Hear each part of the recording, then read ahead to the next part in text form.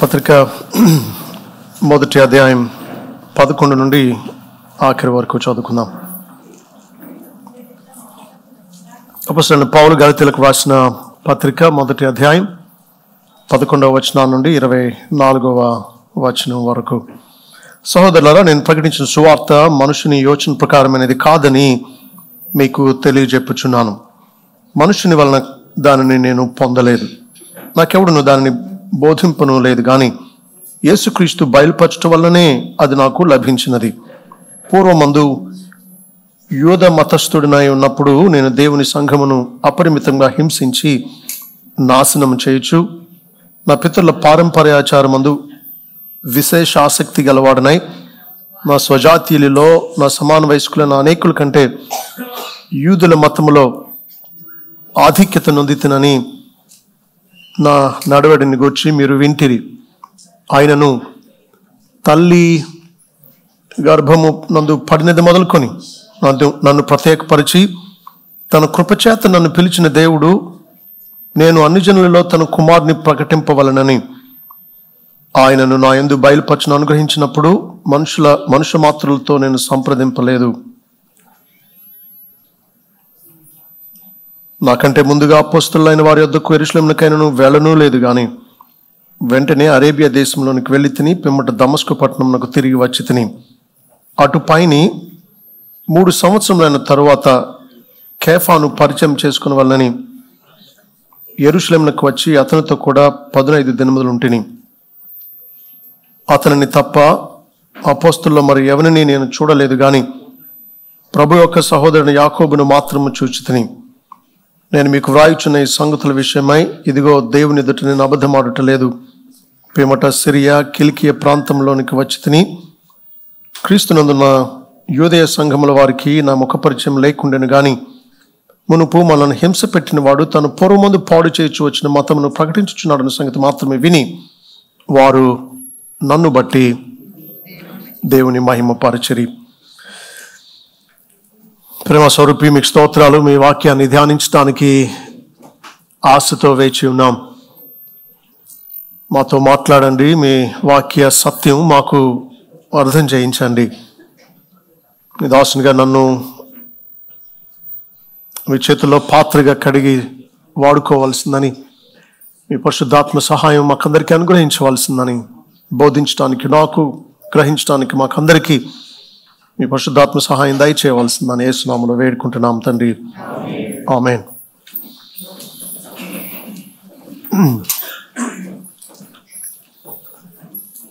గలతీ సంఘాల్లో ఉండే సమస్య ఏంటంటే, ఒట్టి కృపచేత రక్షింపబడ్డం కాదు, ధర్మశాస్త్ర పారంపర్య ఆచారాలను కూడా ఆచరించాలి, అప్పుడే రక్షింపబడతాం అని దుర్బోధకులు సంఘాలను గలిబిలి చేశారు.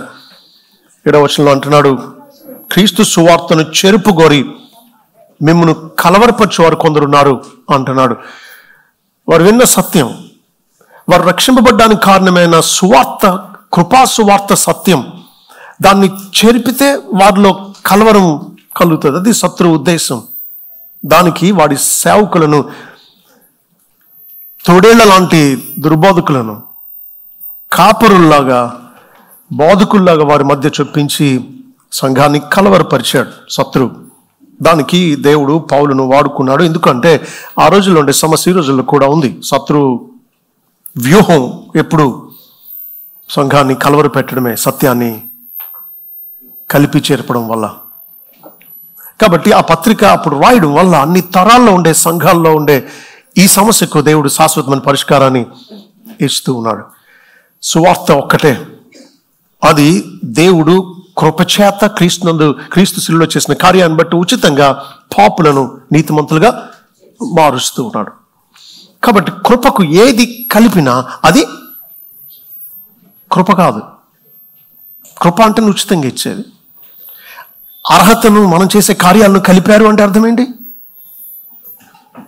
కృపను కృపగా కాకుండా చేస్తూ ఉన్నారన్నమాట. చూడండి ఒకసారి రోమపత్రిక 11వ అధ్యాయం 6వ వచనం, 5-6 కలిపి చదువుతాను చూడండి. రోమా 11:5-6 వచనాలు. అలాగుననే అప్పటి కాలమందు సైతము కృప యొక్క ఏర్పాటు చొప్పున శేషము మిగిలి ఉన్నది. చూడండి, ఈ ఏర్పాటు దేన్ని బట్టి అంటున్నాడు? కృప యొక్క ఏర్పాటు చొప్పున. అంటే దేవుడు కృపతో కొద్దిమందిని ఏర్పరచుకుని అందరూ దారి తప్పిన తన ఏర్పాట్లు ఉండే శేష జనాన్ని, రెమనెంట్ అంటాం, శేషాన్ని కృప యొక్క ఏర్పాటు చొప్పున మిగిల్చాడు. అలా చెబుతూ అంటున్నాడు, అది కృపచేతనైన ఎడల ఇకను క్రియల మూలమైనది కాదు, కాని ఎడల కృప ఇకను కృప కాకపోవును అంటున్నాడు. కృపకు క్రియలు కలిపారా, అది కృప కాదు, ఇక అంతే. దేవుని కృపను వారు ప్రక్కన పెట్టడానికే క్రియలను కలుపుతూ ఉన్నారు. అందువల్ల పోయిన వారం ఇలా అనుకున్నాం, Christian life consist not in behaving but in being. క్రైస్తవ జీవితం అంటే ప్రవర్తన కాదు, మన ఉనికి మారుతూ ఉంది, మన అంతరంగాన్ని దేవుడు మారుస్తున్నాడు. Not something external but internal. బాహ్యమైంది కాదు క్రైస్తవ్యం అంటే, అంతరంగంలో మార్పును దయచేస్తున్నాడు. The root producing the fruit. వేరు మార్పు చెందుతూ ఉంది కాబట్టి దాన్ని బట్టి ఫలం మారుతుంది. కొన్ని సందర్భాల్లో కాయలు తగిలిస్తారు చెట్లకు. అది మతం అంటే, మత ఆచారాలు అంటే. చెట్టు కాయడం కాదు, చెట్టుకు తగిలిస్తారు కొన్ని కాయలు, అవి కొద్దిసేపటికి ఎండిపోతాయి. అది మతం అంటే. కానీ కృపచేత దేవుడు ఒక వ్యక్తిని రక్షిస్తే కలిగేది మార్పు కలుగుతుంది, జీవితం మారుతుంది. దాన్ని బట్టి వస్తాయి ఫలం. కాబట్టి మనం మంచి చేయడం వల్ల రక్షింపబడం, మంచి చేయడం కోసం రక్షింపబడుతున్నాం. చాలాసార్లు చెప్పుకున్నాం కదా, క్రైస్తవ్యం అంటే పరిపూర్ణత కాదు, క్రైస్తవ్యం అంటే దిశ మారడం అని. ఇంతకుముందు దేవుని వైపు వీపు తిప్పి పాపాన్ని వెంటాడాం, దేవునికి అంతకంతకు దూరం అయిపోయాం, 180 డిగ్రీలు తిరిగాం మారు మనసు చెందినప్పుడు. ఇప్పుడు మన దిశ మారింది. ఇంతకుముందు పాపాన్ని వెంటాడడం, ఇప్పుడు మనల్ని పాపం తరుముతూ ఉంది. కాబట్టి ఇప్పుడు మనం చేసేవి పరలోకం వెళ్ళడానికి కాదు, పరలోకం వెళుతున్నాం కాబట్టి. తేడా అర్థమవుతుంది మీకు? బైబిల్ చదివేది, మందిరానికి వచ్చేది, ప్రార్థన చేసుకునేది, ప్రభు గురించి సాక్ష్యం చెప్పేది, ఇది పరలోకం వెళ్ళడానికి కాదు, వెళుతున్నాం కాబట్టి ఈ పనులు చేస్తూ ఉన్నాం. దుర్బోధకులు ఏం చెప్తున్నారు? మంచి పనులు చేయడం వల్ల దేవుని కృపను పొందుతాం, మంచి పనులు చేయడం వల్ల పరలోకం వెళ్తామన్నారు. అలా వెళ్ళగలిగితే దేవుడు అనవసరం, మనం మంచి పనులు చేసి వెళ్ళిపోవచ్చు. దేవుడు కృపచేత రక్షించాడు కాబట్టి మన ప్రవర్తన మార్పు చెందింది. ఎంత తేడా ఉందో ఆలోచించండి. కాబట్టి ఎవరైనా మిమ్మల్ని, ఒక పాపి పరలోకం వెళ్ళాలంటే ఏంటి మార్గం అని అడిగితే మీరేం చెప్తారు? చాలామంది మారుమనసు పొంది విశ్వాసం ఉంచాలని చెప్తారు, కొంత సత్యం తెలిస్తే, లేకపోతే ప్రభుని నమ్మాలంటారు, అంతే. మారుమనసు గురించి మాట్లాడరు. కానీ బైబిల్ ప్యారలల్గా అంటే సమాంతరంగా ఈ రెండు విషయాలు చెప్తుంది. ప్రభు సువార్త ప్రకటించడం ప్రారంభించడమే, మార్కు సువార్త 1వ అధ్యాయంలో ఆయన ఎలా ప్రారంభించాడో, సువార్త అంటేనే ఆయన ప్రకటించిందే ఏంటి అంటే, 1వ అధ్యాయం 14-15 వచనాలు, యోహాను చేరపట్టబడిన తరువాత యేసు, కాలం సంపూర్ణమైనది, దేవుని రాజ్యం సమీపించి ఉన్నది, మారు మనస్సు పొంది సువార్త నమ్ముడని చెప్పుచు దేవుని సువార్త ప్రకటించు గలిలయకు వచ్చాను. మారు మనస్సు పొంది సువార్త నమ్మాలి. సో ఇక్కడ రెండు ఉన్నాయి రక్షింపబడ్డానికి. మారు మనసు పొందాలి, యేసుక్రీస్తు సువార్తను నమ్మాలి. దానికి ఏదో కలుపుతాం, నీతిగా బ్రతకాలి, నిష్ఠగా ఉండాలి, ఇవన్నీ చెబుతాం. దాన్ని బట్టి కాదు పరలోకం వెళ్ళేది. మారు మనసు, కృష్ణ విశ్వాసంలో రక్షింపబడ్డాం కాబట్టి మనలో మార్పు కలుగుతుంది. కాబట్టి ఎంత తేడా ఉందో గమనించండి. పరలోకం చేరాలి అంటే మనిషి చేయాల్సింది రక్షింపబడాలి. రక్షింపబడాలంటే మారు మనసు పొంది క్రీస్తునందు విశ్వాసం ఉంచాలి. అప్పుడు మనిషి రక్షింపబడతాడు. రక్షింపబడిన ప్రతి ఒక్కరు పరలోకం వెళ్తారు. రక్షింపబడ్డాడు కాబట్టి ప్రభువుని వెంబడిస్తాడు, వాక్యాన్ని అనుసరిస్తాడు, దేవునికి భయపడతాడు. రక్షింపబడకుండా ఇవన్నీ చేసిన, ఇవన్నీ తగిలించిన కాయలే, కాసినవి కాదన్నమాట. అయితే తప్పు బోధకులు కల్తీ సంఘాలను గలిబిలి చేస్తూ మీరు సున్నత చేయించుకోవాలి, లేకపోతే యోధా మతాన్ని అనుసరించాలి, ఆచారాలు పాటించాలి, లేకపోతే పరలోకం వెళ్ళరు అని వారిని గలిబిలి చేస్తే పౌలు అంటున్నాడు, ఒకవేళ నేనే బోధించిన ఇంతకుముందు రక్షింపబడ్డానికి మీరు అంగీకరించిన సువార్తకు భిన్నమైంది, ఆఖరి పరలోకం నుంచి వచ్చిన దూత ప్రకటించిన శాపగ్రస్తులే అంటున్నాడు. శాపగ్రస్తులు అంటే శాపబడిన అంటే నరకానికి వెళ్ళేటువంటి వాళ్ళు అని అర్థం. అంత సువార్తను మార్చే పని సైతానే చేస్తాడు. వాడి ఉద్దేశం ప్రజలు రక్షింపబడకూడదు అని. కాబట్టి వాక్యాన్ని కలిపి చెరపడం, దాన్ని వక్రీకరించడం చిన్న విషయం కాదు, తేలికగా తీసేయొద్దు. అందుకని దుర్బోధకులతో మనకి ఏ సంబంధం ఉండకూడదు. ఏ రకంగా వారితో మనం కలిసినా దేవునికి వ్యతిరేకంగా చేసే పనులు మనం పాలిభాగస్తులం అవుతున్నాం. వారి మీదకి వచ్చే ఉగ్రతలు మనం పాలు పొందాల్సి వస్తుంది. దేవుని ప్రేమిస్తే దేవుని పక్షంగా నిలబడతాం, పోరాడతాం, పౌరుషంగా జీవిస్తాం. అందుకే పౌలు అంటున్నాడు, నేను ఇప్పటికీ మనుషులను సంతోషపెట్టేవాను కాను. నేను మనుషుల దయాన్ని సంపాదించుకొని చూస్తున్నాను, దేవుని దయాన్ని సంపాదించుకోవాలని చూస్తున్నాను. మనుషుల దయాన్ని సంపాదించాలని చూస్తే నేను క్రీస్తు దాసుడును కాకేపోదును అంటున్నాడు. నిజమైన సేవకుడు ప్రజలు సంతోషిస్తారా లేదా, ప్రజలు వస్తారా లేదా అనేది ఆలోచించడు. దేవుడు సంతోషించాలి. రేపు దేవుని ముందు నిలబడినప్పుడు దేవుని ప్రశంస అందుకోవాలి. అది మాత్రమే నిజమైన దైవ సేవకుడు కోరేది. ఉదాహరణ నన్ను భలే ఆలోచింపజేసింది. సంగీత విద్వాంసులు కొద్దిమందికి ట్రైనింగ్ ఇస్తారు కదా. అలాగా ఒక శిష్యుడు ఒక సభలో తాను మ్యూజిక్ ప్లే చేస్తాడు. మొదటిసారి తాను పట్టాలనుకుని చూసేదంతా సభను కాదు, తన గురువు గారు సభలో కూర్చున్నారు. కాబట్టి తన అందరినీ చోట్ల తన గురువు ముఖం ఎలా ఉంది, తను సంతోషిస్తున్నాడా లేదా, ఆయన సంతోషిస్తే తను సరిగ్గా ప్లే చేసినట్టు, మిగతా వాళ్ళకి తెలియదు అసలు. కాబట్టి తన దృష్టి అంతా తన గురువు మీదే పెట్టి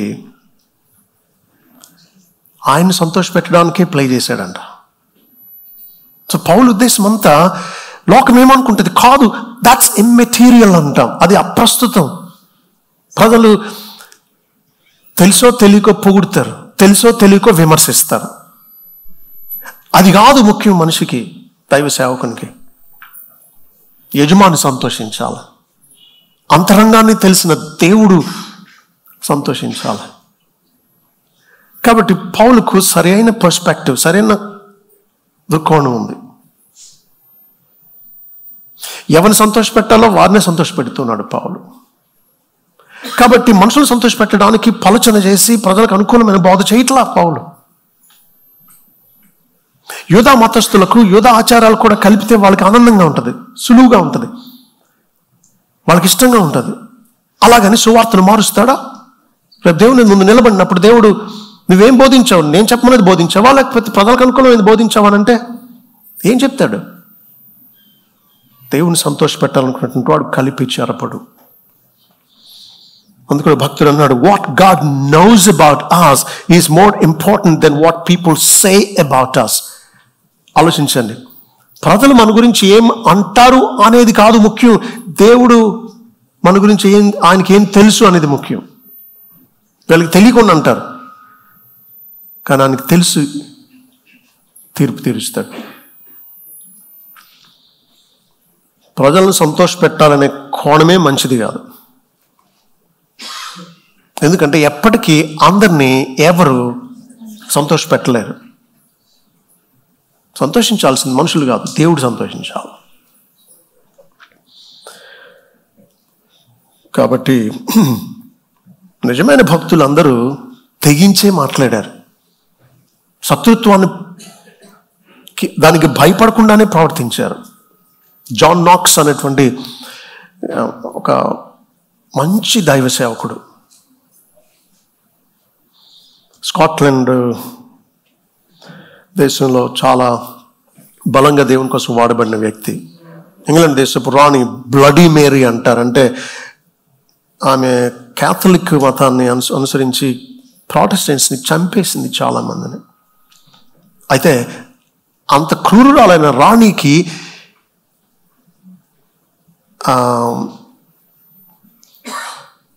ఇంగ్లాండ్ దేశపు సైన్యం కంటే జాన్ నాక్స్ అంటే ఎక్కువ భయం అట. ఎందుకంటే రాజీ పడకుండా దేవుని పక్షంగా అద్భుతంగా వాక్యం బోధించేవాడు. అనేక మంది ఆయన ద్వారా ప్రభు నమ్ముకున్నారు. ఆయన ఒకప్పుడు బంధించి బానిసగా ఆయనను వెట్టి చాకరీ చేయిస్తూ ఉన్నప్పుడు అక్కడ ఒక ప్రీస్ట్ వచ్చి చెక్కతో చేసిన మరియమ్మ బొమ్మను తీసుకొచ్చి ఈ బానిసలందరినీ దేవుని తల్లి, మదర్ ఆఫ్ గాడ్ ఈమె అని చెప్పి ముద్దు పెట్టుకోమని అందరికీ ఇస్తున్నాడంట ఆ పాదిరి. అలా జాన్ నాక్స్ దగ్గరికి వచ్చేటప్పటికి అది తీసుకుని అన్నాడంట, ఇది ఒక చెక్క, ఇది తల్లా దేవుడికి తల్లి ఎవరు ఉంటుంది? అందరూ ముద్దు పెట్టుకుంటూ వస్తున్నారు కదా, తీసుకుని సముద్రంలోకి వేసేసాడంట.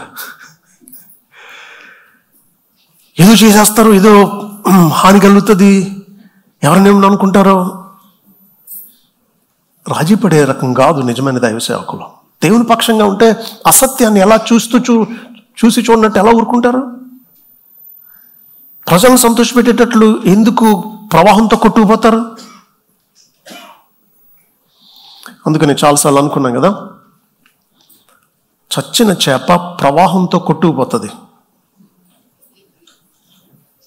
బ్రతికిన చేప మీరు గమనించారు లేదు, ప్రవాహానికి ఎలా ఎలా ఎలా ఎలా ఎదురుగుండా వచ్చే ప్రవాహానికి ఎదురుగుండా ఈదుతుంది. చచ్చిందంటే జీవం లేదు కాబట్టి కొట్టుకుపోతుంది. కాబట్టి అందరిలాగే ప్రవర్తించేది జీవం లేని వ్యక్తులు. దేవుణ్ణే సంతోషపెట్టాలనుకునేటువంటి పౌలు లాంటి భక్తులు లోకం ద్వారా అవమానాన్ని, విమర్శలను ధైర్యంగా ఎదుర్కొంటారు. ఇప్పుడు నేను మనుషుల దయను సంపాదించుకొని చూచుచున్నానా, దేవుని దయను సంపాదించుకొని చూచుచున్నానా? నేను మనుషులను సంతోషపెట్టుకోరుచున్నానా? నేను ఎప్పటికీ మనుషులను సంతోషపెట్టువాడనైతే క్రీస్తు దాసుడను కాకేపోదును అంటున్నాడు. కాబట్టి ఈ విషయం బాగా గమనించండి. You cannot please men and be a bond slave of Christ. నువ్వు మనుషులను సంతోషపెడుతూ దేవునికి దాసుడు కాలేవు. అర్థమవుతుంది మీకు? మీ తత్వం మనుషులను సంతోషపెట్టేటట్టయితే మీరు ఎప్పటికీ దేవుని దాసులు అవ్వలేరు. సంతోషపెట్టాల్సింది, సేవించాల్సింది యజమానిని, రక్షకుణ్ణి, ప్రభువును, దేవుణ్ణి, యేసుక్రీస్తును. అందుకే పోయిన వారిని చెప్పుకున్నాం, మనుషులను సంతోషపెట్టే వాళ్ళు హతసాక్షులు అవ్వరు అని. తెగించరుగా వాళ్ళు, పిరికోళ్ళు అన్నమాట మనుషులు సంతోషపెట్టేవాళ్ళు. అసలు మనుషులు సంతోషపెట్టే వాళ్ళని మనుషులకు భయపడే వాళ్ళు అనొచ్చు. వాళ్ళకి భయపడే కదా వాళ్ళని ఏదో సంతోషపెట్టాలని ప్రయత్నం చేసేది. దేవునికి కదా భయపడాల్సింది, దేవుని కదా సంతోషపెట్టాల్సింది. ఒక విషయం, సువార్త కృపకు క్రియలను కలపదు. The gospel shuts out all works. క్రియలన్నిటిని పక్కన పెడుతుంది. కృప చేతే పాపి రక్షింపబడేది. దీనికి భిన్నమైన సువార్త ప్రకటించేటువంటి వాళ్ళు మనుషులు సంతోషపెట్టేవాళ్ళు. దేవుని సంతోషపెట్టే వాళ్ళు కృపా సువార్తనే ప్రకటిస్తారు, అంగీకరిస్తారు. సరే, మనం చదువుకున్న 11 నుంచి 24 వచనాల్లో పౌలు తన అపోస్తలత్వాన్ని సమర్థించుకుంటూ ఉన్నాడు. తను పొందిన సువార్త తాను ఊహించిందో, తాను తప్పుగా విన్నదో, అపార్థం చేసుకున్నదో, తాను కనిపెట్టిందో, తాను మార్చిందో కాదు. ఇది యేసుక్రీస్తు వల్లే తాను పొందాడు అన్న సంగతిని తాను ఇక్కడ రుజువు చేస్తున్నాడు. ఆ రోజులు ఏమన్నారంటే, ఈయన యెరూషలేములో ఉన్నటువంటి అపోస్తలుల దగ్గర విన్నాడు, యూదా మతాన్ని పక్కన పెట్టి ఆచారాలు అక్కర్లేదని చెప్పి ప్రభుని నమ్ముకుంటే సరిపోద్దని చెబుతున్నాడు. వాళ్ళు నేర్పారు, అందుకే ఇలా చెప్తున్నాడు అన్నారు. ఈయన అంటాడు, నాకు నేర్పింది అపోస్తలులు కాదు, నేను పొందిన సువార్త యేసుక్రీస్తు ద్వారానే పొందాను, నేను ఎవరి దగ్గర నేర్చుకోలేదు, ఎవరితో నేను సంప్రదించలేదు అని చెబుతూ తిరుగులేని రుజువులు ఇస్తున్నాడు. తను అసలు అంతకుముందు ఎలాంటోడో, యూదా మతంలో ఎంత నిష్ఠతో బ్రతికాడో అలాంటి వాడు ఇప్పుడు దానికి పూర్తి భిన్నమైనటువంటి మాటలు చెబుతున్నాడు. అంటే తను కల్పించింది కాదు అని తన సాక్ష్యాన్ని చక్కగా చెబుతూ ఉన్నాడు. ఇప్పుడు ఇక్కడ పౌలు జీవితాన్ని, పౌలు గతాన్ని, పౌలు మార్పును, పౌలు రక్షింపబడిన తర్వాత పరిచర్యను విపులంగా పౌలు వివరించాడు. జాన్ మెకార్థర్ అనే భక్తుడు ఇలా డివైడ్ చేసి చెప్తారు. Paul's pre-conversion evidence that the gospel is not man-made.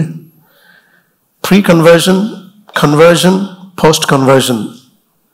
అంటే మారక ముందు తను ఎలా ఉండేవాడో చూస్తే, తను ఇప్పుడు ప్రకటించేది తనేదో ఊహించిందో లేకపోతే మనుషులు చెప్తే చేయగలిగింది కాదు. తను అంత నిష్ట కలిగినటువంటి వాడు మతంలో. దానికి భిన్నమైంది ప్రకటిస్తున్నాడు అంటే దేవుడు తను మార్చాక తను చేసిన పరిచర్య కూడా ఎవరి దగ్గర నేర్చుకున్నది కాదు. దేవుడే తనకు స్పష్టంగా, ప్రత్యక్షంగా సువార్తను తెలియజేశాడు, బయలుపరిచాడు. ఆ పదాలు ఇక్కడ వాడాడు. కాబట్టి ఒక విషయం మనం గమనించాల్సింది ఏంటంటే, పౌలు బోధ నిరాకరించడం అంటే దేవుని సత్యాన్ని, ఆయన వాక్యాన్ని నిరాకరించడమే. ఎందుకు? పౌలును దేవుడు పేతురును యూదులకు అపోస్తలుడుగా, పేతురును మిగిలిన వాళ్ళని యూదులకు అపోస్తలుగా నియమిస్తే, పౌలును అన్యజనులకు అపోస్తలుగా దేవుడే నియమించాడు. అందువల్ల పౌలు బోధించిన సువార్త దైవ సత్యం. అందుకే బైబిల్లో వాటిని, ఆ పత్రికలను దేవుడు చేర్చాడు. అలాంటి పౌలును సందేహించడం దుర్బోధకులు చేసిన పని. అందువల్ల పౌలు ఎక్కడ నేర్చుకున్నాడు, పౌలుకు దేవుడు ఎప్పుడు ఎలా ఈ సువార్త సత్యాన్ని తెలియజేశాడు అనేది పౌలు తెలియజేస్తున్నాడు. అంటున్నాడు, గలతీ 1:11 నుంచి 24 వరకు చదువుకున్నాం కదా. 11 అంటున్నాడు, సహోదరులారా, నేను ప్రకటించిన సువార్త మనుషుని యోచన ప్రకారమైనది కాదని మీకు తెలియజెప్పుచున్నాను. మీకు స్పష్టంగా తెలియజేస్తున్నాను, మీకు సంపూర్ణంగా అర్థం అవ్వాలి. నేను ప్రకటించిన సువార్త మనుషుని యోచన ప్రకారం, మనుషుని ఆలోచన ప్రకారం, మనుషులు డిజైన్ చేసిన, మనుషులు తయారు చేసింది కాదు. ఇది మీకు తెలియజేస్తున్నాను అని చెప్తూ అంటున్నాడు. 12వ వచనం, మనుషుని వలన దాన్ని నేను పొందలేదు, నాకెవడును దాన్ని బోధింపను లేదు. బోధించిన విండు. ఎందుకు? యూదా మతం అంటే అంత నిష్ఠ. కానీ ఇలా అన్నాడండి, ఒక 100 మంది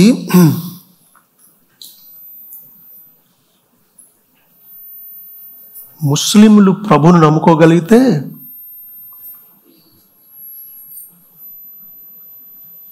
వారిలో ఒక 100 మందిలో, ఇది 100 మంది మారిన ముస్లింలతో పోలిస్తే యూదుడు ఒకడు మారతాడంట.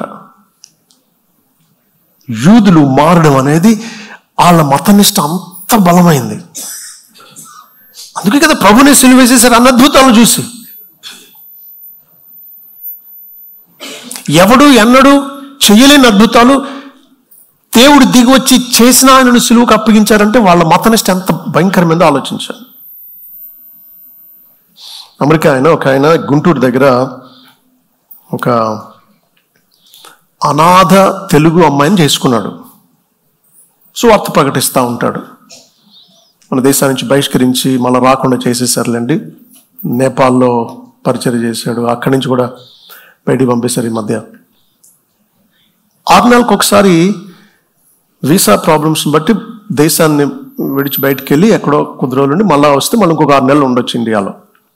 అలా తాను అప్పుడప్పుడు చుట్టుపక్కల దేశాలు వెళ్తూ ఉండేవాడు. ఇస్రాయేల్ దేశానికి వెళ్ళి అక్కడ వీధుల్లో సువార్త ప్రకటిస్తూ ఉండేవాడు. తను చాలా కొట్టేవారు, తిట్టేవారు, చాలా ఇబ్బంది పెట్టేవారు.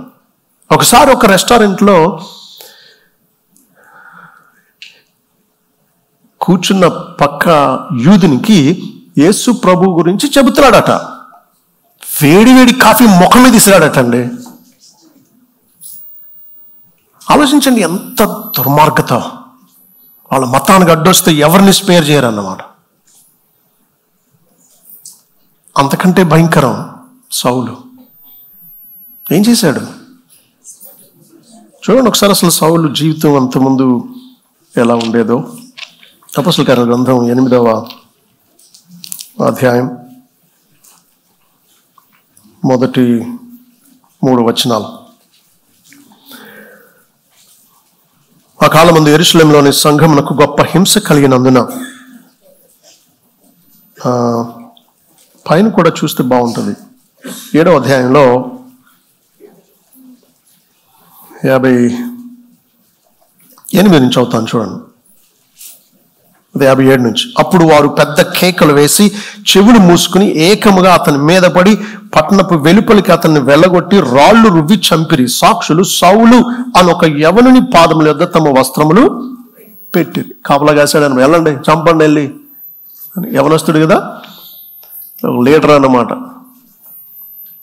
స్టెఫనును చంపేవాళ్ళు రాళ్ళు రువ్వి స్టెఫన్ను చంపడానికి రాళ్ళు రువ్వినప్పుడు రక్తం చెమ్ముతుందని వస్త్రాలు ఒక పక్కన పెట్టి వెళ్ళి చేస్తా ఉంటే ఈయన కాపలా కాశాడు అనమాట. వాటిలో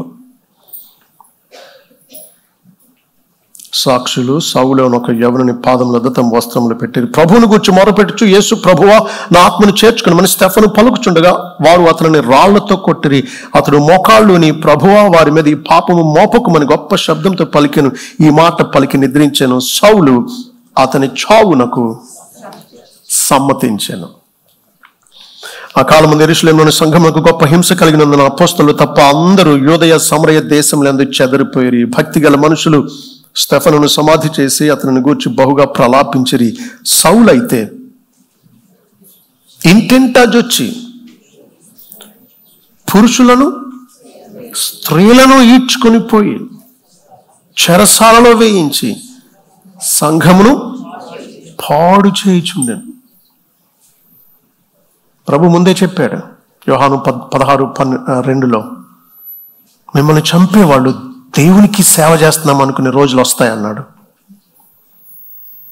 క్రైస్తవులను చంపడమే, క్రైస్తవులను హింసించడమే, ఈడ్చుకొని వెళ్ళిపోవడమా, స్త్రీలను కూడా చెరసాలలో వేయించి సంఘాన్ని పాడు చేయడమే దేవునికి గొప్ప సేవ అనుకున్నాడు. కాబట్టి అలాంటి వ్యక్తి మారాడు అని అంటే ఎవరు మార్చగలరు అలాంటి వాడిని? అర్థమవుతుందా పౌలు ఎందుకు చెప్తున్నాడు ఈ మాట? నేను చెప్పే సువార్త నా సొంతది కాదు, మనుషులు ఇచ్చింది కాదు, దేవుడే నన్ను మార్చి నాకు అప్పగించాడు అని చెబుతున్నాడు అన్నమాట. కాబట్టి సౌలు సాక్ష్యం వింటే తను ప్రకటించింది ఇలాంటి వాడిని మార్చిన దేవుడే యూదా మతానికి భిన్నమైనటువంటి కృపాసువార్తను, క్రియలతో కూడింది కాదు, కృపాసువార్తను ప్రకటిస్తున్నాడంటే ఇది మనుషుల వల్ల కలిగింది కాదు, దేవుడిచ్చింది అన్న సంగతి రుజువు చేస్తున్నాడు. కాబట్టి అంటున్నాడు 13వ వచనం నుంచి చూస్తే 12వ వచనం లాస్ట్లో అంటున్నాడు, నాకు ఎవడు దాన్ని బోధింపడం లేదు, కానీ యేసుక్రీస్తు బయలుపరచడం వల్లనే అది నాకు లభించినది. కాబట్టి పౌలు ప్రకటించిన సువార్త, ఆయన ప్రకటించిన సువార్త ద్వారా నమ్మిన సంఘాలు, వారికి వ్రాయబడినటువంటి పత్రికలు, ఇవన్నీ కూడా ఒకప్పటి దోషకుడు, హింసకుడు, హానికరుడు, సంఘాన్ని పాడు చేసినటువంటి వ్యక్తిని దేవుడు మార్చి తన నోట తనకు బయలుపరిచిన సత్యాన్ని ప్రకటించాడన్నమాట. కాబట్టి పౌలు ప్రకటించిన కృపా సువార్త ఎవరిది? యేసుక్రీస్తు బయలుపరచడం వల్లనే తనకు లభించింది. అంటే తాను కల్పించింది కాదు, లభించడం అంటే తాను పొందిందన్నమాట. దేవుడిచ్చాడు. పూర్వం సంగతి గమనిస్తే పౌలు బోధించింది ఎందుకు బోధించాడో అర్థమవుతుంది. 13వ వచనం, పూర్వమందు యూద మతస్థుడనై ఉన్నప్పుడు నేను దేవుని సంఘమును అపరిమితంగా హింసించి నాశనము చేయొచ్చు. అపరిమితంగా హింసించాడు, నాశనం చేయొచ్చు అంటే దానికి పూర్తిగా నాశనం చేసేదాకా ఆగడన్నమాట. ఇది ఎలా ఉందంటే దేవునికి దూరంగా, దేవునికి వ్యతిరేకంగా దూసుకుని వెళ్ళిపోతూ ఉన్నాడు, తెగించి ఎటువంటి దుర్మార్గ పనులు చేయడానికైనా సరే రెడీ అన్నమాట. అంత రోషంతో, పౌరుషంతో వెళ్ళిపోతూ ఉన్నాడు, వెర్రి కోపంతో వెళ్ళిపోతున్నాడు అన్నమాట. ఏదో యూదా మతానికి నష్టం వచ్చేస్తుంది ఈ క్రైస్తవం వల్ల అని హింసించడమే పనిగా పెట్టుకున్నాడు. అంత హింసించి సంఘాన్ని అపరిమితంగా నాశనం చేస్తూ ఉన్న ఆ తరుణంలో తను మారాడు. దేవుడే తను మార్చాడు. మిగతా యూదులు తన సమకాలీకుల కంటే ఎంత అత్యధికంగా పనిచేశాడో చెబుతూ అంటున్నాడు 14వ వచనంలో, నా పితరుల పారంపర్యాచారమందు విశేషాసక్తి గలవాడనే.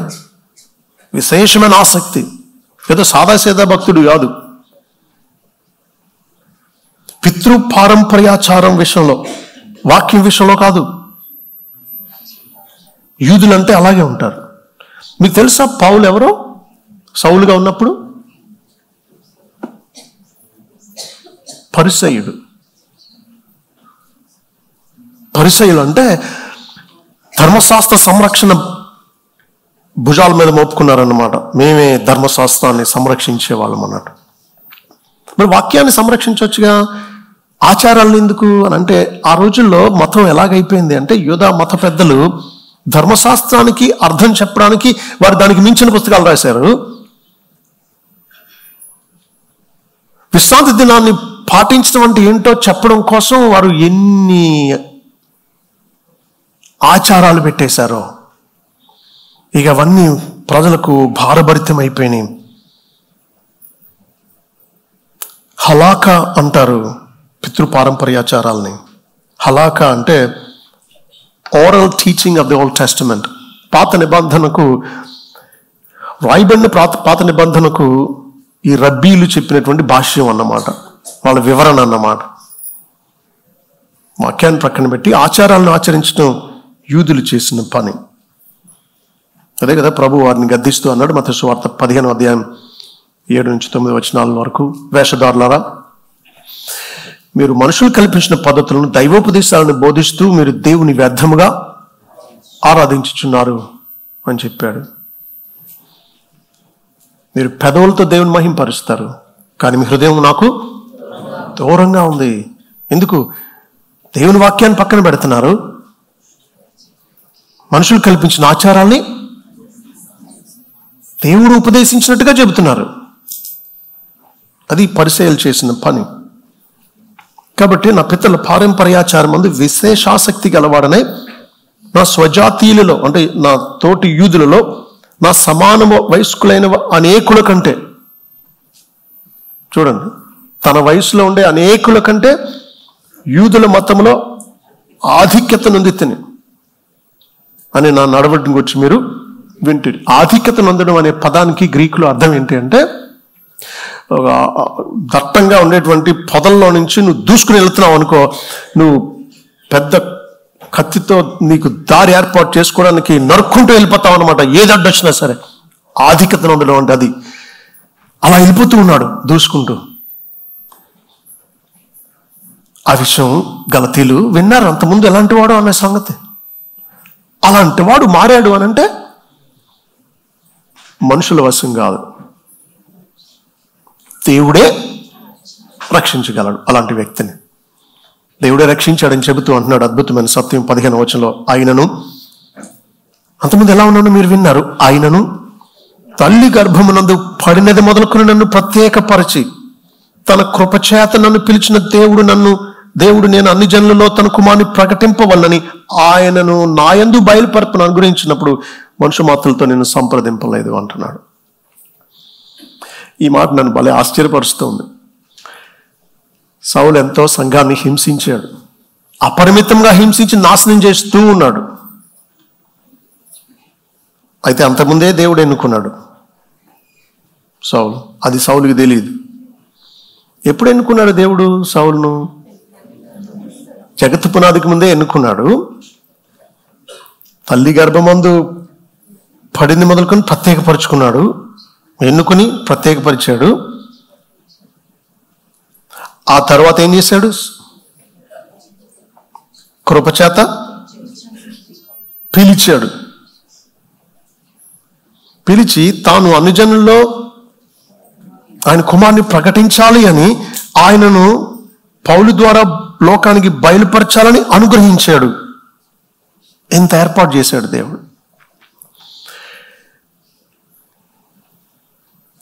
అసలు దేవుని ఏర్పాటులో ఒక వ్యక్తిని దేవుడు పుట్టకముందే ఏర్పరచుకున్న వ్యక్తి ఆయనకు వ్యతిరేకంగా అంత దుర్మార్గంగా హింసలు చేస్తూ ఉన్న ఆయన ఎలా సహించాడో అనిపించింది నాకు. తర్వాత రక్షిస్తాడు, కరెక్టే. ఆయన ఏర్పాట్లు ఉండే వ్యక్తి అంత వ్యతిరేకంగా దుర్మార్గంగా పనులు చేయడం దేవుడు కాబట్టి సహిస్తాడు. తెలియక సంఘాన్ని హింసించాడు. రక్షింపబడ్డాక అర్థమైంది, ఇది నేను దేవుణ్ణి ఎన్నుకోవడం కాదు, దేవుడే నన్ను ఎన్నుకున్నాడు. ఇది నేను కోరి రావడం కాదు ఈ మార్గంలోనికి, దేవుడు అడ్డుకుని మల్చి లోబరుచుకుని తన సార్వభౌమ శక్తితో తను త్రిప్పుకున్నాడు, తనకిష్టం లేనప్పుడు కూడా. ఏం జరిగింది చెప్పండి? యెరూషలేములో చేసింది చాలక దమస్కు పట్టణంలో ఉండే క్రైస్తవులను కూడా స్త్రీలను పురుషులను ఈడ్చుకుని వెళ్ళి హింసించి చెరసాల్లో వేయించాలని ప్రయత్నం. అలా ప్రయత్నిస్తూ ఉన్నప్పుడు యెరూషలేం పట్టణంలో ఉండేటువంటి ప్రధాన యాజకుల దగ్గర అధికార పత్రాలు తీసుకున్నాడు, ఆథరైజేషన్ లెటర్స్, అధికార పత్రాలు తీసుకున్నాడు యూదా మత పెద్దల నుంచి. తాను తీసుకుని బయలుదేరాడు. గుర్రమది వెళ్తూ ఉన్నాడు, అధికారంతో వెళుతూ ఉన్నాడు. యెరూషలేంలో చేసిన దానికంటే ఇంకా ఎక్కువ చేయడానికి ఇప్పుడు హక్కు ఉంది. తనతో పాటు కొద్దిమంది ఉన్నారు సహకారులు. వెళ్ళిపోతూ ఉన్నాడు, ఉక్రోషంతో వెళుతూ ఉన్నాడు. మెట్ట మధ్యాహ్నం ప్రభు ప్రత్యక్షమయ్యాడు. ఆ వెలుగు తను చూశాడు. దేవుడు అక్కడ అతన్ని అడ్డుకున్నాడు. గుర్రం నుంచి పడిపోయాడు కిందకి. దేవుడు మాట్లాడుతూ ఉన్నాడు, సౌలా సౌలా నన్ను ఎలా హింసిస్తున్నావు అని. ఆ దెబ్బకి భయపడిపోయాడేమో. ప్రభువా నువ్వెవరో, నిన్ను హింసించడానికంటే నీవు హింసించిన యేసును నేను అన్నాడు. నిన్న నేను హింసించేది నువ్వేనా? ఆకాశం ఉంటుండే దేవుడివి. ఎత్తురుపోయాడు. కళ్ళు తెరిస్తే కనబట్టలేదు ఏమీని. 3 రోజులు ఉపవాసంతో పశ్చాత్తాపంతో, దేవా ఏంటి నిన్నెంత తెలియక అజ్ఞానంతో నీ సంఘాన్ని హింసించాను, కొంతమంది భక్తులు చనిపోవడానికి కారణమయ్యాను అని గుండెలు బాదుకుని ఉంటాడు. దుఃఖంతో ఉపవాసంతో 3 రోజులు అంటే ఆలోచించాను. ఈలోగా అననీయ అనే భక్తుని దేవుడు పంపించాడు. అతను పంపిస్తానంటే అతను అంటాడేమో, అతను ఎవరో నీకు తెలుసు కదా, అతను సంఘాన్ని హింసిస్తున్నాడంటే, లేదు, నేను అన్ని జనుల ఎదుట నాకు సాక్షిగా ఉండడానికి నేను ఏర్పరచుకున్నటువంటి సాధనం. సో వెళ్ళి ప్రార్థన చేయన్నాడు. అన్నయ్య వచ్చాడు, సౌలు మీద చెయ్యి ఉంచి ప్రార్థన చేశాడు. కళ్ళ నుంచి పొరలు రాలిపోయినాయి, చూడడం మొదలుపెట్టాడు. అప్పటికప్పుడు బాప్తిసం తీసుకున్నాడు. ఇంకా యేసయ్య క్రీస్తు అని సమాజ మందిరాల్లో ప్రకటించడం మొదలుపెట్టాడు. కాబట్టి సౌలు మార్పు కేవలం దేవుని సార్వభౌమ అధికారంతో, సార్వభౌమ కృపతో శత్రువును శిష్యుడిగా దేవుడు మార్చుకున్నాడు. అలాంటి సౌలు పౌలుగా మారి ప్రకటించేది తన సొంత నిర్ణయం, సొంత సంకల్పం, సొంత ఆలోచన కాదు. అందుకే అంటున్నాడు, సహోదరులు, నేను ప్రకటించిన సువార్త మనుషుని యోచన ప్రకారమైనది కాదని మీకు తెలియజెప్పు. పూర్వం ఎలాంటి వాడినో మీకు తెలుసు, మీరు విన్నారు. అది దేవుడు నన్ను తల్లి గర్భంలోనే ప్రత్యేకపరిచి రక్షించాడు, తన సత్యాన్ని నాకు బయలుపరిచాడు. కాబట్టి నేను ప్రకటించే సువార్త దేవుని నుండి వచ్చిందే అంటూ ఉన్నాడు. యేసుక్రీస్తు బయలుపరిచాడు నాకు. 12వ వచనం. నిజ సువార్త దేవుని ఆలోచన అండి. నిజ సువార్త దేవుని ప్రణాళిక, మనుషుని ఆలోచన కాదు, తెల్లోళ్ళు తెచ్చింది కాదు. దేవుడు పాపులకు సువార్తగా, మంచి వార్తగా కృపచేత అనుగ్రహించిన సత్యం ఇది. అలా చెప్పడానికి పౌలును తల్లి గర్భంలో ఉండగానే ప్రత్యేకపరిచాడు, కృపచేత పిలిచాడు. న్యాయం చేత అయితే అతన్ని శిక్షించాలి. సంఘాన్ని హింసించడం ఏం చేయాలి? సంఘం కోసం ప్రాణం పెట్టి సంపాదించుకున్న ప్రభు సంఘాన్ని హింసించేవాడిని ఏం చేయాలి? సర్వనాశనం చేసేయాలి. కృపచేత పిలుచుకున్నాడు. ఎందుకు? నా సంఘాన్ని హింసించడం కాదు, నా సంఘాన్ని కట్టాలి నాతో అని తన వైపుకు త్రిప్పుకున్నాడు. ఇప్పుడు తననే మాటల్లో చూడండి, అన్యజనులలో 15వ వచనం, ఆయన తల్లి గర్భం నుండి పడినది మొదలుకొని నన్ను ప్రత్యేకపరిచి తన కృపచేత నన్ను పిలిచిన దేవుడు, నేను అన్యజనులలో తన కుమారుని ప్రకటించాలని. ఇప్పుడు అన్యజనులు వినాల్సింది ఏం చెప్పండి? యూదా మతం గురించి, ఆచారాల గురించా, దేవుని కుమారుడు గురించా? దుర్బోధకులు ఏమంటున్నారు? యూదా మతాన్ని ప్రకటించు, ఆచారాలు చేయకపోతే ఎలా అంటూ ఉన్నారు. కానీ దేవుని చిత్తం ఏంటి? అన్ని జనులలో తన కుమారుని ప్రకటించాలని సౌలును తల్లి గర్భంలో ఉండగానే ప్రత్యేకపరుచుకున్నాడు, కృపచేత పిలుచుకున్నాడు. పెళ్ళిళ్ళలో, గృహప్రవేశాల్లో, చావు సందర్భాల్లో ప్రజలు ఆచారాల మీద చూపించే శ్రద్ధ వాక్యం మీద, దేవుని మీద ఉండదు. ఎంత నిష్ఠగా పాటిస్తారో ఆచారాలు, ఆ పాటించిన వాళ్ళని ఎంత దోషులుగా చూస్తారో.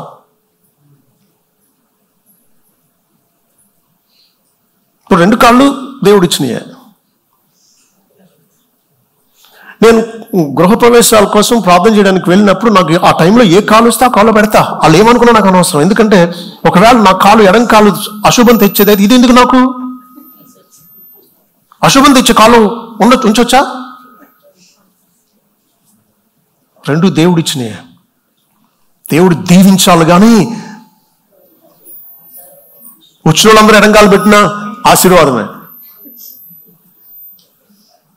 దేవుడు శిక్షించదలచాలి, కానీ నువ్వెప్పుడు కుడికాలే పెడుతూ వెళ్ళినా, కుంటుతా వెళ్ళినా కూడా, ఎడంకాలు పైకెట్టి మరి వెళ్ళినా అశుభమే కలుగుతుంది. ఆచారాలు ప్రజల్ని బంధిస్తూ ఉన్నాయి. బానిసలుగా చేస్తున్నాయి. సువార్త, కృపా సువార్త మనల్ని స్వతంత్రులుగా చేస్తుంది ఈ బంధకాల నుంచి, ఈ మూఢనమ్మకాల నుంచి. ఇప్పుడు అనుజనులు వినాల్సింది క్రీస్తుని గురించి వినాలి. ఎందుకంటే ఆయనే రక్షకుడిగా దేవుడు ఏర్పాటు చేసి పంపించాడు. అనుజనుల్లో నేను తన కుమారుని ప్రకటించాలి అని ప్రత్యేకపరిచి కృపచేత పిలిచాడు. ఓకే, మరి సౌలునేనా అలా చేసింది? చెప్పండి. మనల్ని అందరిని కూడా పిలిచింది ఎందుకో తెలుసా? 1 పేతురు పత్రిక 2వ అధ్యాయం 9వ వచనం చూడండి. 1 పేతురు 2వ అధ్యాయం 9వ వచనం. అయితే మీరు చీకట్లో నుండి ఆశ్చర్యకరమైన తన వెలుగులోనికి మిమ్మల్ని పిలిచిన వాని గుణాతిశయములను ప్రచురము చేయ నిమిత్తము ఏర్పరచబడిన వంశమును, రాజులను, యాజక సమూహమును, పరిశుద్ధ జనమును, దేవుని సొత్తైన ప్రజలునై ఉన్నారు. ఎక్కడి నుంచి ఎక్కడికి పిలిచాడు మనల్ని? చీకట్లో నుండి, పదం చూడండి, ఆశ్చర్యకరమైన తన వెలుగులోనికి పిలిచాడట మనల్ని. నిజమే, ఈ సువార్త సత్యం, వెలుగు, ఇది ఆశ్చర్యకరమైనది. అంతమంది చీకట్లో, మూఢాచారాల్లో, పాపాన్ని ప్రేమిస్తూ, అసత్యాన్ని సత్యంగా భ్రమపడుతూ, యుగ సంబంధమైన దేవత మనోనేత్రాలకు గుడితనం కలుగు చేసినప్పుడు చీకట్లో తడులాడాం. ఇది అజ్ఞానపు చీకటి. దేవుడు మనల్ని ఆశ్చర్యకరమైన తన వెలుగులోనికి తెచ్చాడు. నిజ దేవుడు ఎవరో తెలుసుకునే, క్రియల వల్ల కాదు కృప ద్వారానే రక్షింపబడతామనే సత్యం అనే వెలుగులోనికి మనల్ని పిలిచాడు. ఎందుకు పిలిచాడు? ఇప్పుడు చూడండి. అయితే మీరు చీకట్లో నుండి ఆశ్చర్యకరమైన తన వెలుగులోనికి మిమ్మల్ని పిలిచిన వాని గుణాతిశయములను ప్రచురించడం నిమిత్తం ఏర్పరచబడిన వంశంగా, రాజులను, యాజక సమూహంగా, పరిశుద్ధ జనంగా, దేవుని సొత్తైన ప్రజలుగా ఉన్నారు అంటున్నాడు. కాబట్టి దేవుడు మనల్ని చీకటి నుంచి ఆశ్చర్యకరమైన వెలుగులోనికి పిలిచింది ఆయన గుణాతిశయాల్ని ప్రచురించడం కోసం. దీపం వెలిగించేది దానికోసం కాదు, ఇతరులకు వెలుగివ్వడం కోసం. మనం రక్షింపబడింది ఏదో నరక బాధలను తప్పించుకుని పరలోకంలో బంగారు వీధుల్లో షికారులు చేయడానికి కాదు.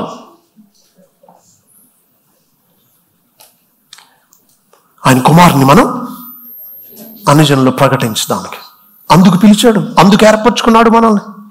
నువ్వు ఒక లక్ష ఇస్తామని దేవుని ఏర్పాట్లో ఉన్నానని. ఎందుకు ఏర్పరచబడ్డావో తెలుసా? ఆయన ఎరుగని లోకానికి ఆయన్ని ప్రకటించాలి అని. అందుకే భక్తుడిలా అన్నాడు, if God is the sun we're his moons అని. దేవుడు సూర్యుడైతే మనం ఆయన చంద్రులం. చంద్రుడికి స్వతహాగా ప్రకాశించే సామర్థ్యం లేదు. సూర్యుడు మండే గోళం, స్వతహాగా వెలుగు, వేడిమి పుడుతుంది అక్కడ. కానీ చంద్రుడు అలా మండే గోళం కాదు. మరి మనకు వెన్నెల ఎలా వస్తుంది?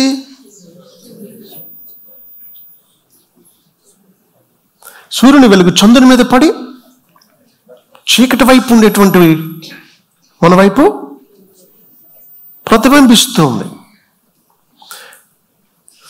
చంద్రుడిది సొంతది కాదు ఈ వెలుతురు, సూర్యునిది చంద్రుని మీద పడి ప్రసరిస్తుంది. అలాగే మనకంటూ నీతి, మనకంటూ సొంత సత్యం లేదు. దేవుని ప్రేమ, దేవుని సత్యం మనం అనుభవిస్తూ ఉన్నాం. ఆయనను ఎరుగని చీకటి లోకంలో దీన్ని ప్రతిబింబిస్తూ ఉన్నాం. అలా మనం పిలిచిన మన గుణాతిశయాన్ని ప్రచురించడానికే మనం ఏర్పరచబడిన వంశం, రాజులను, యాజక సమూహం, పరిశుద్ధ జనం, దేవుని సొత్తైన ప్రజలు. ఒకప్పుడు ప్రజగా ఉండక ఇప్పుడు దేవుని ప్రజ అవుతారు, ఒకప్పుడు కనికరింపబడక ఇప్పుడు కనికరింపబడతారు అంటున్నాడు. సో దేవుడు ఎందుకు మనం పిలుచుకున్నాడు? ఆయన కుమారుని ప్రకటించడానికి. మరి ప్రకటిస్తున్నారా? పౌలు గర్భంలో ఉండగానే ఎన్నుకోబడ్డాడు. ఈ మాటలు కొంతమంది భక్తుల గురించి బైబిల్లో రాయబడింది. చెప్తారా ఎవరు? పుట్టకముందే బాప్తిస్మ ఇచ్చే యోహాను గురించి చెప్పబడింది. పుట్టినది మొదలుకొని అతను పరిశుద్ధాత్మతో నింపబడి ఉంటాడు, అనేకుల హృదయాలను దేవుని వైపు త్రిప్పుతాడు అని. ఇర్మియా ఏమన్నాడు? 1వ అధ్యాయం 5వ వచనంలో,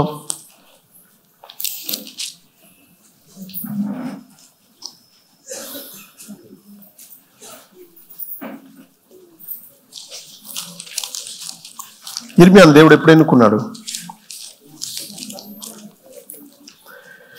యెహోవా నాకు ప్రత్యక్షం ఎలాగ సెలవిచ్చిన, గర్భములో నేను నిన్ను రూపింపక మునిపే నిన్ను ఎరిగి తిని, నీవు గర్భము నుండి బయలుపడక మునిపే నేను నిన్ను ప్రతిష్ఠించి తిని, జనములకు ప్రవక్తగా నిన్ను నియమించి తిని అంటున్నాడు. యెషయా భక్తుని సంగతి ఏంటి?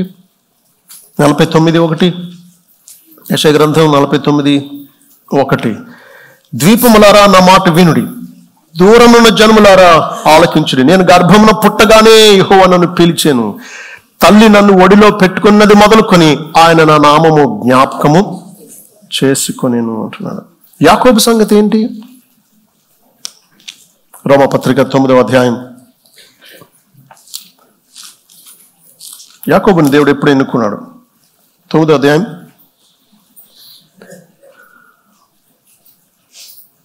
11 నుంచి 13 వచనాలు, 10 నుంచి చదువుతాను చూడండి.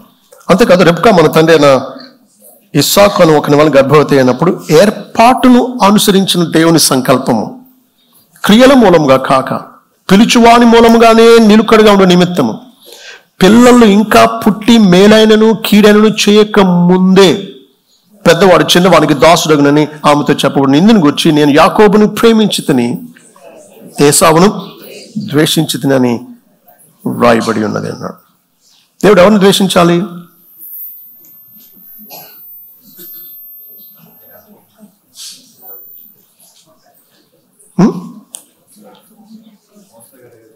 యాకోబు మోసగాడు కాబట్టి యాకోబు ద్వేషించాలా?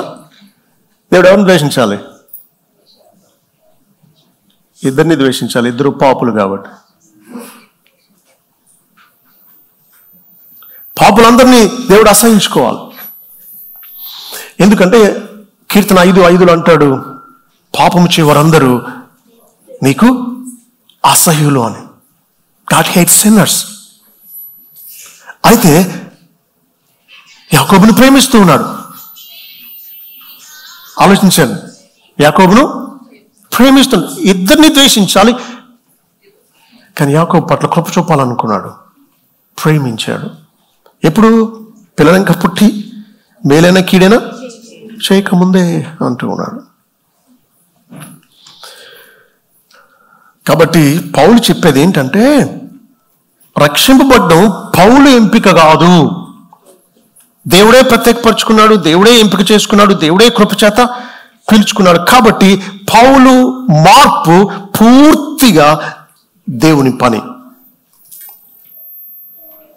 కాబట్టి ఇక ఇప్పుడు పౌలు ప్రకటించేది దేవుని ద్వారా కలిగినదే అని రుజువిస్తున్నాడు తన మార్పు ద్వారా. రక్షించాడు, ఇక ఇప్పుడు నేర్పిస్తూ ఉన్నాడు. రక్షణ ముందు జీవితం చూసాం ఎలా ఉండేవాడు. రక్షణ కూడా దేవుని ఏర్పాటు ప్రకారమే, కేవలం ఆయనే ఎలా మనిషిని 180 డిగ్రీలు తన వైపుకు ఎలా త్రిప్పాడో చెప్పాడు. నిజానికి పౌలు మార్పు మానవ కోణంలో వివరించలేనిది, సార్వభౌముడే రక్షించాడు. ఓకే, ఇప్పుడు రక్షించిన తర్వాత ఏమైందో చూడండి. 16వ వచనం, ఆయనను ఆయన బయలుపరచడం అనుగ్రహించినప్పుడు, అంటే క్రీస్తును తన ద్వారా లోకానికి బయలుపరచాలి అని దేవుడు అనుగ్రహించాడు, కృపచేత ఏర్పాటు చేశాడు. అప్పుడు పౌలు అంటున్నాడు, మనుష్య మాత్రులతో లేదా రక్త మాంసాలతో కూడినటువంటి మానవులతో నేను సంప్రదించలేదు. రక్షింపడగానే ఏం చేయాలి? మామూలుగా అననీయ వచ్చాడు కదా ప్రార్థన చేయడానికి. తను ప్రార్థన చేసినప్పుడు కన్నుల నుంచి పొరలు రాలి చూపు వచ్చింది కదా. అననీయతో సంప్రదించవచ్చు, ఏంటి చెప్పు అసలు ప్రభు గురించి ఇవన్నీ అని. లేదా వెంటనే యెరూషలేము వెళ్ళిపోయి అపోస్తలులతో సంప్రదించాలి. కానీ ఏమంటున్నాడు? నేను మనుషు మాత్రులతో సంప్రదించలేదు, నాకంటే ముందుగా అపోస్తలులైన వారి యొద్దకు యెరూషలేముకు అయినను నేను వెళ్ళలేదు. కానీ వెంటనే అరేబియా దేశంలోనికి వెళ్ళి తిని పిమ్మట దమస్కు పట్టణంకు తిరిగి వచ్చింది. దమస్కులో సేవ చేశాడు, అక్కడి నుంచి అరేబియా వెళ్ళాడు, మళ్ళా దమస్కు వచ్చాడు, అక్కడ సువార్త ప్రకటించాడు, దాదాపు 3 సంవత్సరాలు ఇలా గడిచిపోయింది. ఈలోగా నేర్పింది ఎవరు? దేవుడు నేర్పాడు. తర్ఫీదు ఎవరిచ్చారు? దేవుడు ఇచ్చాడు. ఆ రోజుల్లో కూడా సువార్త ప్రకటిస్తూ ఉన్నాడు. దమస్కు పట్టణంలో తను చంపడానికి చూస్తే కాపలా కాసేస్తూ ఉన్నారు గేట్ల దగ్గర, పట్టణం ఒక మెయిన్ గేట్స్ దగ్గర 24 గంటలు. ఆ విషయం తెలిసి సహోదరులు గోడ మీద నుంచి బుట్టలో కిందకి చీకట్లో దించేశారు. తప్పించుకుని వెళ్ళారు, లేదా చంపేద్దరు. ఈలోగా తనకు నేర్పింది ఎవరు? ఏ అపొస్తలులను కలవలేదు కదా, మనుషులు ఎవరితో సంప్రదించలేదు కదా, ఎలా చెప్పాలి ఏంటి సువార్త నాకు నేర్పండి అని ఎవరిని అడగలేదు కదా. దేవుడే తనకు తర్ఫీదు ఇచ్చాడు. అరేబియా దేశంలో గడిపాడట. అంటే ఏం చేసి ఉంటాడు? ఈ 3 రోజులు ఏం చేశాడు చెప్పండి? ఉపవాసంతో ప్రార్థన చేస్తూ ఉన్నాడు. అననీయత అదే అంటున్నాడు, అతను ప్రార్థన చేస్తున్నాడు ఇల్లు అన్నాడు. సో ప్రార్థన చేయడం, ధర్మశాస్త్రాన్ని బాగా క్రీస్తు కోణంలో దాన్ని ధ్యానించడం, ఇదంతా చేశాడు అన్నమాట. కాబట్టి 3 సంవత్సరాలు తనకు దేవుడు తర్ఫీదు ఇచ్చాడు. ఇలా సేవకు తర్ఫీదు చేసిన సందర్భాలు చెప్పండి. 40 సంవత్సరాలు మోషేను మిద్యాను అరణ్యంలో ఇశ్రాయేలును ఐగుప్తు దేశం నుంచి కనాను వైపుకు నడిపించడానికి తర్ఫీదు ఇచ్చాడు. దావీదును రాజుగా చెయ్యకముందు గొర్రెల కాపరిగా, సింహం వచ్చినప్పుడు, ఎలుగుబంటి వచ్చినప్పుడు, ఆ తర్వాత గొలియాతును ఎదుర్కొన్నప్పుడు తర్ఫీదు ఇచ్చి విశ్వాసంలో బలపరిచి ఆ తర్వాత కదా రాజుగా చేశాడు. సౌలును అలాగే దేవుడు తానే ఒక ఘనమైన సేవ కోసం తర్ఫీదు చేశాడు. దమస్కులో, అరేబియాలో 3 సంవత్సరాల ట్రైనింగ్ అనమాట ఇది. ఆ తర్వాత 18వ వచనం, అటుపైన 3 సంవత్సరాల తరువాత కేఫాను పరిచయం చేసుకోవడం వల్లనే యెరూషలేముకు వచ్చి అతనితో కూడా 15 దినములు ఉంటేని. అతన్ని తప్ప అపొస్తలులు మరి ఎవరిని నేను చూడలేదు, కానీ ప్రభు యొక్క సోదరుని యాకోబుని మాత్రము చూచితిని అంటున్నాడు. ఎందుకు వెళ్ళాడు యెరూషలేము? 3 సంవత్సరాలు రక్షింపబడిన తర్వాత 3 సంవత్సరాలకి కేఫాను కలవాలి, పరిచయం చేసుకోవాలని. కేఫా ఎవరు? ఇంగ్లీష్లో సీఫస్ అంటారు. కేఫా అంటే పేతురుకున్న మరొక పేరు. పేతురును కలవడానికి వెళ్ళాడట. అది కూడా తన దగ్గర నేర్చుకోవడానికి కాదు, నేర్చుకోవడానికి 14 రోజులు సరిపోవు. ఎన్ని సంఘాలు కట్టి అనేక ప్రేక్షక యాత్రలు చేసి, అంటే మిషనరీ జర్నీస్ చేసి అనేక దేశాల్లో సంఘాలు కట్టడానికి 14 రోజులు సరిపో. వెళ్ళింది ఎందుకో చెప్తున్నాడు. కేఫాను పరిచయం చేసుకోవాలని వెళ్ళాడు. ఎన్ని రోజులు ఉన్నాడు? 15 అంటే 2 వారాలు ఉన్నాడు అన్నమాట. 15 దినాలు ఉన్నాడు. అక్కడ ఇంకెవరిని అపొస్తలులను చూడలేదు అంటున్నాడు. అంటే వారు ఊళ్ళో లేకపోయి ఉండొచ్చు, ఉంటే కలుద్దుడు. ప్రభు ఒక సహోదరుని యాకోబుని మాత్రం చూశాను అన్నాడు. సో ఇద్దరినే కలిశాడు. 15 రోజులే ఉన్నాడు.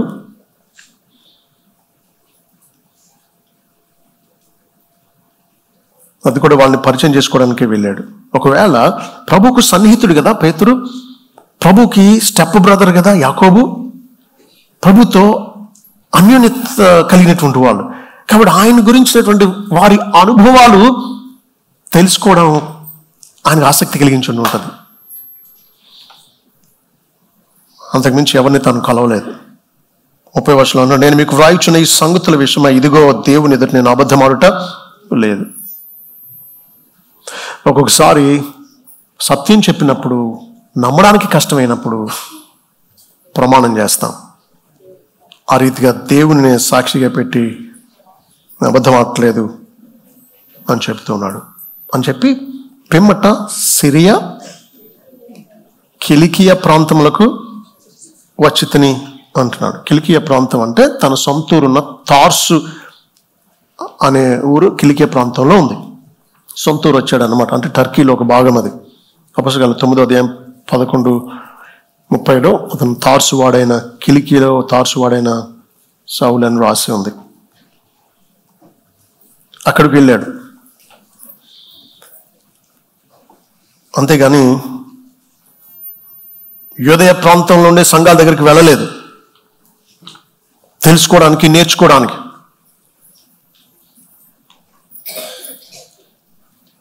ఇరవై 22 అంటున్నాడు, క్రీస్తునందున్న యూదయ సంఘముల వారికి నా ముఖ పరిచయం లేకుండెను. యెరూషలేం పట్టణం యూదయ ప్రాంతానికి రాజధాని. ఓకే, అయితే ప్రభు తన శిష్యులకు ఇచ్చినటువంటి బాధ్యత ఏంటంటే సువార్త ప్రకటించడానికి. అపొస్తలుల 1:8 చూస్తారు మీరు. ఆయన పరిశుద్ధాత్మ మీ మీదకి వచ్చినప్పుడు శక్తిని పొందెదరు, యెరూషలేంలోను యూదయ సమరయల ప్రాంతం అంతటను భూదిగంతముల వరకు మీరు నాకు సాక్షులై ఉందరు అంటాడు. అపొస్తలుల కార్యాలను అర్థం చేసుకోవడం కూడా సువార్త ఎక్కడెక్కడ విస్తరించిందో, ఏ సీక్వెన్స్లో వెళ్ళిందో అనడానికి కూడా ఇది మంచి అవుట్లైన్ బుక్కి. యెరూషలేంలో సువార్త, ఆ తర్వాత యూదయ రాష్ట్రం అంతట్లో, సమరయ పట్టణాలంతట్లో సువార్త, యూదయ సమరయలందు. ఆ తర్వాత అక్కడి నుంచి ఏం చేశారు, భూదిగంతాలకు స్ప్రెడ్ అయింది సువార్త. ఓకే, కాబట్టి యెరూషలేంకు ఒక్కసారే వెళ్ళాడు 3 సంవత్సరాల తర్వాత. ఆ తర్వాత అపొస్తలుల 11వ అధ్యాయంలో కానుక తీసుకుని వెళ్ళాడు యెరూషలేం ఉండే పేదల కోసం. ఆ తర్వాత 15వ అధ్యాయంలో అంత్యోక్యలో ఈ బలర్పించిన దాన్ని తినడం విషయం, లేకపోతే సున్నతి విషయం సందేహం వస్తే యెరూషలేం సంఘ పెద్దల దగ్గరకు మళ్ళా వస్తాడు. అంతకుమించి యూదా రాష్ట్రంలో ఉండేటువంటి సంఘాలను తను చూడలేదు. వాళ్ళకి ముఖ పరిచయం కూడా లేదంటే వాళ్ళు అసలు ఆయనను చూడలేదన్నమాట. కాబట్టి వాళ్ళ దగ్గర నుంచి నేర్చుకున్నది కూడా తనకేమీ లేదు. అయితే వాళ్ళు ముఖపరిచయం లేకపోయినా మునుపు మనలను హింస పెట్టిన వాడు తాను పూర్వమందు పాడు చేయించు వచ్చిన మతమును, లేదా కింద అంటున్నాడు విశ్వాసమును ప్రకటించుచున్నాడను సంగతి మాత్రమే విని వారు నన్ను బట్టి దేవుని మహిమపరచరి అంటున్నాడు. అంటే నేను ఎవరి దగ్గర నేర్చుకోలేదు, దేవుడే నాకు ఈ సువార్త ఇచ్చాడు. నా అపొస్తలత్వం దేవుడు నన్ను తల్లి గర్భంలో ఉన్నప్పుడే ప్రత్యేకపరిచి పిలిచి నన్ను ఎన్నుకున్నాడు, తన కుమారుడు నా ద్వారా లోకానికి ప్రకటించాలి అని చెప్పి నన్ను యెరూషలేంకి వెళ్ళింది. 15 రోజులే కలిసింది ఇద్దరినే. ఆ యూదయ రాష్ట్రంలో ఉన్నటువంటి సంఘాల వారు నన్ను చూడలేదు, విన్నారంతే అని చెబుతూ నేను చెప్పిన సువార్తను వాళ్ళు అంగీకరించారు అని చెబుతున్నాడు. వాళ్ళ సమ్మతి కూడా నాకు ఉంది. నేను కలిసి వాళ్ళ దగ్గర నేర్చుకోకపోయినా వాళ్ళు నన్ను గుర్తించారు. నేను చేసే పరిచర్య, నా ద్వారా దేవుడు జరుగుతున్న పరిచర్య గురించి వాళ్ళు విని దేవుని మహింపరిచారు అని చెబుతున్నాడు. 2వ అధ్యాయంలో అంటాడు 8-9 వచనాల్లో, లేదా 7 నుంచి చూడండి. అయితే సున్నతి పొందిన వారికి బోధించటకే సువార్త పేతురుకి ఎలాగ అప్పగింపబడినో, అలాగే సున్నతి పొందిన వారికి బోధించటకే నాకు అప్పగింపబడిన వారు చూచినప్పుడు, అనగా సున్నతి పొందిన వారికి అపొస్తలులకు పేతురుకు సామర్థ్యం కలిగజేసిన వాడే అనుజనులకు అపొస్తలులకు నాకును సామర్థ్యం కలుగజేసిన వారు గ్రహించినప్పుడు, స్తంభములుగా ఎంచబడిన యాకోబు, కేఫా, యోహాను అని వారు నాకు అనుగ్రహింపబడిన కృపను కనుగొని మేము అనుజనులకును తాము సున్నతి పొందిన వారికి అపొస్తలుగా ఉండవాలని చెప్పి తమతో పాలివారము అనుటకు సూచనగా నాకును బర్నబాకును కుడి చేతిని ఇచ్చిరి అంటాడు. వాళ్ళు సమ్మతి ఇచ్చారు అన్నాడు. ఇక్కడేమో సంఘాల వాళ్ళు నన్ను బట్టి దేవుని మహింపరిచారు అంటున్నాడు.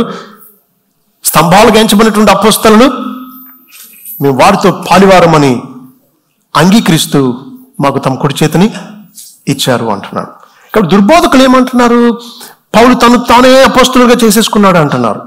వాస్తవం ఏంటి, దేవుడు తనను ఎంత శత్రువుగా ఉండే వ్యక్తిని అద్భుతంగా తల్లి గర్భం నుండే ఏర్పరచుకుని మార్చుకున్నాడు. తను ప్రకటించే సువార్త తనేదో మనుషులను తను నేర్పారన్నట్టు, లేకపోతే ఏదో కల్పించారన్నట్టు చెబుతున్నారు దుర్బోధకులు. దేవుడే ఇచ్చాడు, యేసుక్రీస్తు తానే ప్రత్యక్షపరిచాడు సువార్తను. అంతేకాదు ప్రభు ఏర్పరచుకుని వాడుకుంటున్న అపోస్తలులు కూడా పౌలు తమతో పాలువాడని కుడి చేతిని ఇచ్చారు. యూదయలో ఉన్నటువంటి సంఘాలు ప్రభు పౌలు ద్వారా జరుగుతున్న పరిచయం గురించి విని, చూడకపోయినా విని, పూర్వమందు తాను హింస పెట్టిన ఈ విశ్వాసాన్ని ఇప్పుడు ప్రకటిస్తున్నాడు అని తనలో కలిగిన మార్పును బట్టి దేవుని మహిమపరిచారు అంటున్నాడు. కాబట్టి పౌలు మార్పు దేవుని వల్ల కలిగింది. పౌలు ప్రకటించిన సువార్త దేవుడు అనుగ్రహించిన సత్య సువార్త.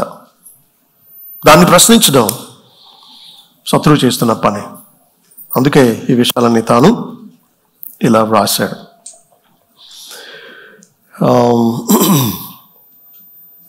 నిజానికి సంఘాలు మొదట్లో అతను నమ్మలేదు, కానీ క్రీస్తు కోసం తను పొందుతున్న హింసలను బట్టి నమ్మారు. మొదట్లో అసలు అపోస్తలులు చేర్చుకోవడానికి భయపడ్డారు. అతను మనకు శత్రువుగా ఉండేవాడు కదా, ఇప్పుడు కూడా ఏదైనా కుట్రతో వస్తున్నాడా అన్నట్టు సందేహిస్తే బర్నబా తీసుకెళ్ళి, లేదు నేను చూశాను దేవుడి కోసం ఎంత ఖచ్చితంగా రోషంతో మాట్లాడుతున్నాడో, ఎన్ని హింసలు ఎదుర్కొంటున్నాడో, నిజంగా మారాడని చెప్పినప్పుడు అపోస్తలులు అతన్ని చేర్చుకున్నారన్నమాట.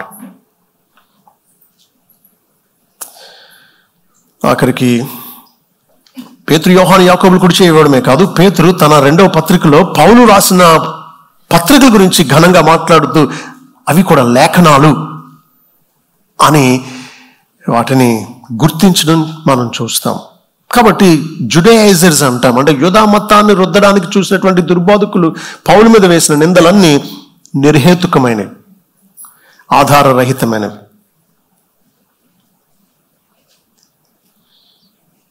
మనం కూడా దేవుడు ఎందుకు పిలిచాడో చూసాం. ఆయన కుమారుడైన క్రీస్తుని లోకానికి ప్రకటించడానికి ప్రభు మనల్ని పిలుచుకున్నాడు. పౌలు నమ్మకంగా ప్రకటించాడు. తనకు అప్పగింపబడిన కృప నిష్ఫలం కాలేదు అన్నాడు. ప్రభుని మనం కూడా ప్రకటిద్దాం. మనల్ని పిలుచుకున్నాడు. మనం అంతకుముందు ఎలాంటి వాళ్ళమో మనకు తెలుసు. దేవుడు మనల్ని ఎలా రక్షించుకున్నాడు, ఎందుకు రక్షించుకున్నాడు అర్థమైతే ఆయనను లోకానికి ప్రకటిస్తాం. మరొక విషయం చెప్పుకుని ముగించుకుందాం. చూడలేదు పౌలును, ముఖపరిచయం లేదు, కానీ పౌలులో కలిగిన మార్పును గురించి, ఆయన ద్వారా దేవుడు జరిగిస్తున్నటువంటి పనిని గురించి విని యోదయ సంఘాలు వాళ్ళు ఏం చేశారంటున్నాడు? వారు నన్ను బట్టి దేవుని మహిమపరచరి అంటూ ఉన్నాడు. మనందరికీ సూటి ప్రశ్న ఏంటంటే, do others glorify God because of the change in our lives? మనలో కలిగిన మార్పును బట్టి ఇతరులు దేవుణ్ణి మహిమపరిచేటట్టుగా ఉన్నామా? ఇది మనం వేసుకోవాల్సిన ప్రశ్న. మన ముందుండే ఛాలెంజ్ ఏంటంటే, మనం దేవుణ్ణి మహిమపరచడం కాదు, ఇతరులు మనల్ని బట్టి దేవుణ్ణి మహిమపరచాలి. రక్షింపబడినవాడు కూడా దేవానికి స్తోత్రం, నీ కోట్లాది వందనాలు, స్తోత్రం స్తోత్రం స్తోత్రం స్తోత్రం స్తోత్రం స్తోత్రం ఎవడైనా అనొచ్చు. అది కాదు. ప్రభు ఏమన్నాడు? మత్తయి సువార్త 5:16 మనుషులు మీ సత్క్రియలను చూచి పరలోకమందున్న మీ తండ్రిని మహిమపరచినట్లు వారి ఎదుట మీ నీతిని ప్రకాశింపనీయుడి అన్నాడు. మనం దేవుని స్తుతించడమేనా, ఇతరులు కూడా మనల్ని బట్టి దేవుని స్తుతిస్తున్నారా అనేది మన ముందుండే సవాలు. పౌలు విషయం అయితే వారు నన్ను బట్టి దేవుని మహిమపరచరి అని. పూర్వం ఎలాంటి వాడైనా సరే, ప్రస్తుతం పౌలు ద్వారా దేవునికి మహిమ కలుగుతాం. కాబట్టి మనం ఎలాంటి జీవితం జీవించామో మనకు తెలుసు. దేవుడు నిజంగా మారిస్తే మన మార్పును చూసి ఇతరులు దేవుని ఏం చేయాలి? మహిమపరచాలి. దేవుడు అటువంటి మహిమ మన ద్వారా పొందినట్లు మనల్ని లోకం ఎదుట తన కుమారుని ప్రకటించేవారిగా చేయను గాక. ప్రభువా మీకు స్తోత్రాలు. మా గతం ఎంతో శిక్షార్హమైంది, తీర్పుకు తగినది. అయితే మీ కృపచేత సౌలుని పిలుచుకున్నట్టే మమ్మల్ని కూడా పిలుచుకున్నారు. మీ కుమారుని లోకానికి ప్రకటించాలని పిలుచుకున్నారు. చీకట్లోంచి ఆశ్చర్యకరమైన మీ వెలుగులోనికి మమ్మల్ని పిలిచింది మీ గుణాతిశయాన్ని ప్రచురించడానికి. ఏర్పరచబడిన వంశంగా చేసుకున్నారు. కాబట్టి మీ కుమారుని ప్రచురించే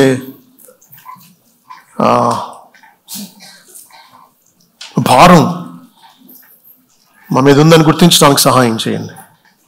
మేము మిమ్మల్ని స్తుతించడమే కాదు, మాలో మీరు కలిగించిన మార్పును చూసి ఇతరులు మిమ్మల్ని మహిమపరిచేటట్లుగా మేము బ్రతకడానికి మాకు సహాయం చేయవలసిందని, మీ బల కొరకు మమ్మల్ని సిద్ధపరచవలసిందని యేసు నామములో వేడుకుంటున్నాము తండ్రి.